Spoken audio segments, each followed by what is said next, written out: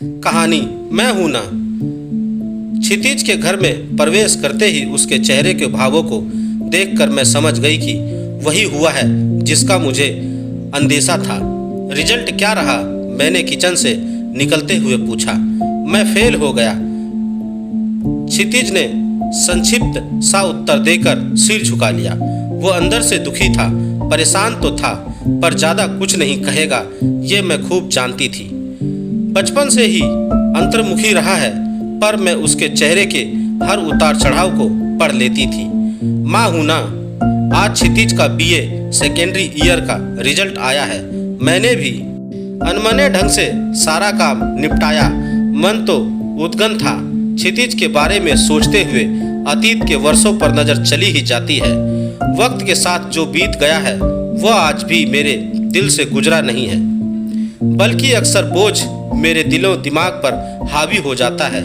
कभी कभी तो बहुत बेचैनी और बेबसी महसूस करती हूँ, जब सोमेश भी मेरे अंदर की माँ की पीड़ा को नहीं समझ पाते हैं। क्षितिज बचपन से ही होशियार, तेज दिमाग और बहुत संवेदनशील बच्चा था।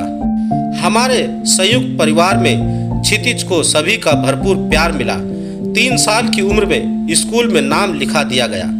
खुशी खुशी स्कूल जाता, कभी भी किसी चीज के लिए जिद नहीं करता। कुल मिलाकर उसका विकास एक स्वच्छ माहौल में हो रहा था। 8 वर्ष की उम्र में उसने अपनी प्रतिभा के बल पर एक जिला स्तरीय विज्ञान प्रतियोगिता भी जीती थी। सोमेश खुशी से उछल पड़े थे। धीरे धीरे संयुक्त परिवार में तनाव होने लगे। इसी बीच अनुज का जन्म हुआ। मैं कोशिश करती थी कि इसका असर बच्चों पर ना पड़े, क्योंकि पारिवारिक तनाव से संवेदनशील बच्चे प्रभावित हो ही जाते हैं। बच्चे बड़ों से कुछ कह नहीं पाते, मगर खुद तनाव में रहने लगते हैं। परिस्थितियां ऐसी हुई कि हमें परिवार से अलग होना पड़ा। अब बच्चों की परवरिश एकल परिवार में होने लगी। उस वक्त दीक्षित 10 वर्ष का, अनुज 7 वर्ष का था। पिता का अनुशासन बच्चों के लिए जरूरी है, मगर साथ ही बच्चों के लिए यह एहसास भी जरूरी है कि पिता उसे बहुत प्यार करते हैं। इससे बच्चे खुद को सुरक्षित महसूस करते हैं। सोमेश का व्यवहार क्षितिज के प्रति हमेशा अनुशासन भरा रहने लगा। प्यार खोने लगा। क्षितिज का बचपन खोने लगा। यहीं से मेरी चिंता शुरू हुई, क्योंकि मैं समझती थी कि पिता के हिस्से के प्यार की भरपाई मैं नहीं कर सकती थी।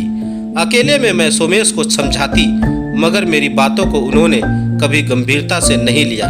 सोमेश की अपेक्षा उन्हें क्षितिज के लिए पूर्वाग्रही बनाती जा रही थी।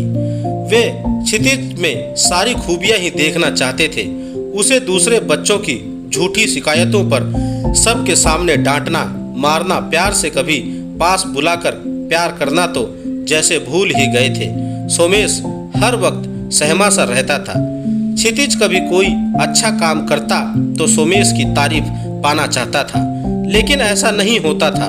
सोमेश समझ ही नहीं पाते थे कि इससे उसके आत्मविश्वास को ठेक लगती है। क्षितिज का आत्मविश्वास डगमगाने लगा था। अब वह किशोरा अवस्था में प्रवेश कर चुका था। इस संधिकाल में उनमें होने वाले शारीरिक व मानसिक परिवर्तनों को बच्चे समझ ही नहीं पाते हैं, अपने आप में उलझे रहते हैं। उन्हें प्यार व प्रोत्साहन के साथ सही मार्गदर्शन की भी जरूरत होती है। जिस उम्र में बच्चा पिता के करीब आता है, क्षितिज और सोमेश के बीच दूरियां आ रही थी। हमेशा फर्स्ट आने वाला लड़का पढ़ाई में मन न लगा पाने के कारण पिछड़ गया था। बच्चों पर सबसे ज्यादा असर अपने माता पिता की बातों का होता है। मैं हमेशा उसे प्यार से समझाती थी, मगर कभी नहीं कहती कि सोमेश गलत है। वह मुझसे अपने मन की बात करता था। माँ, जब मैं पढ़ने बैठता हूँ तो पापा के बारे में सोचने लगता हूँ और मेरा पढ़ाई में मन ही नहीं लगता।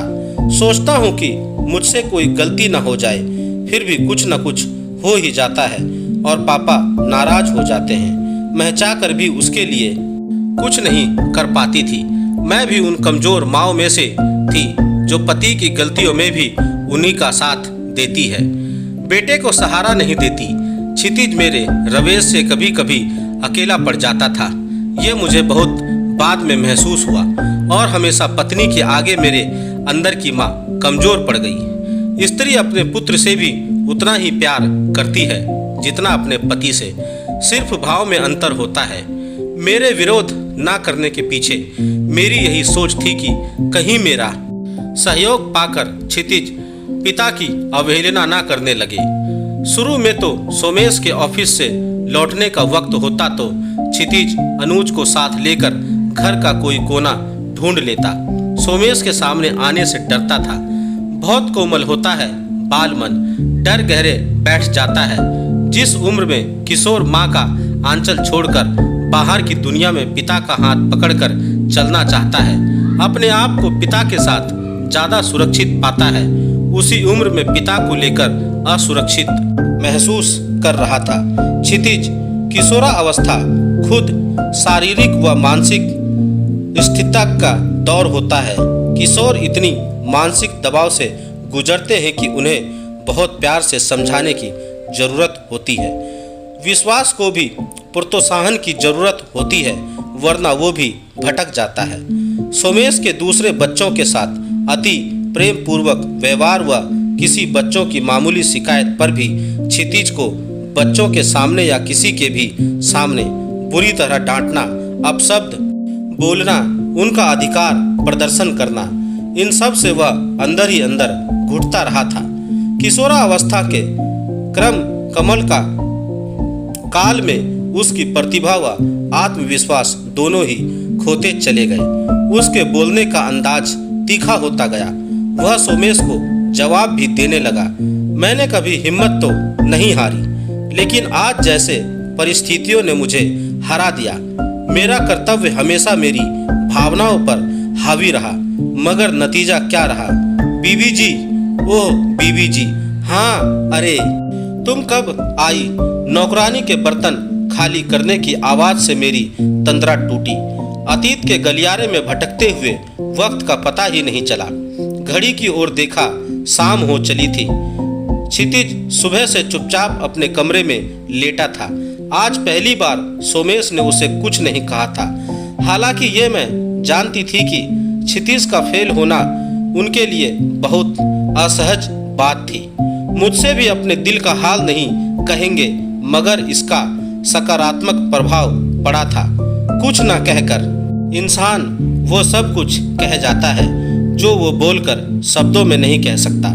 क्षितिज चुपचाप खिड़की के पास बैठकर सड़क के पार देखते हुए अपनी जिंदगी के लम्हे खोज रहा था, या साल बर्बाद होने पर पछता रहा था, नहीं मालूम। अचानक कंधे पर स्पर्श महसूस कर वह खड़ा हो गया।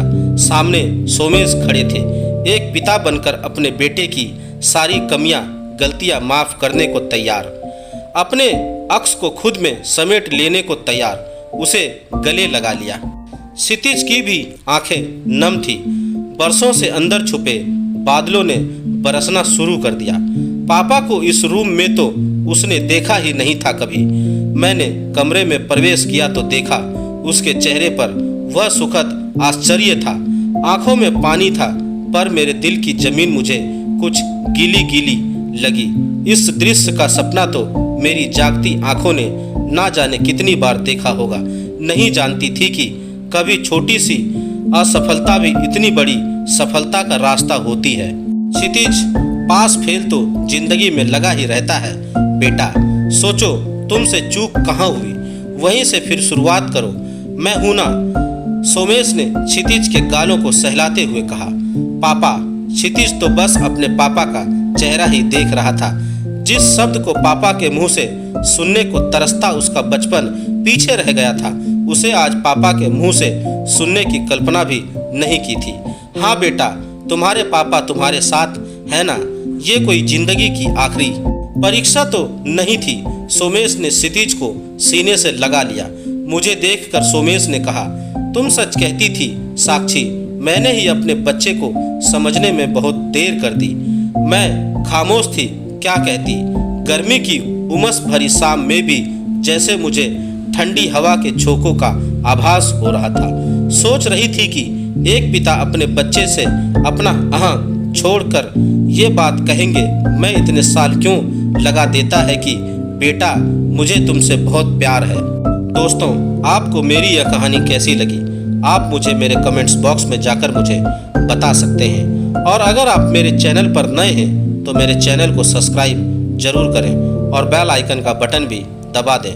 धन्यवाद दोस्तों।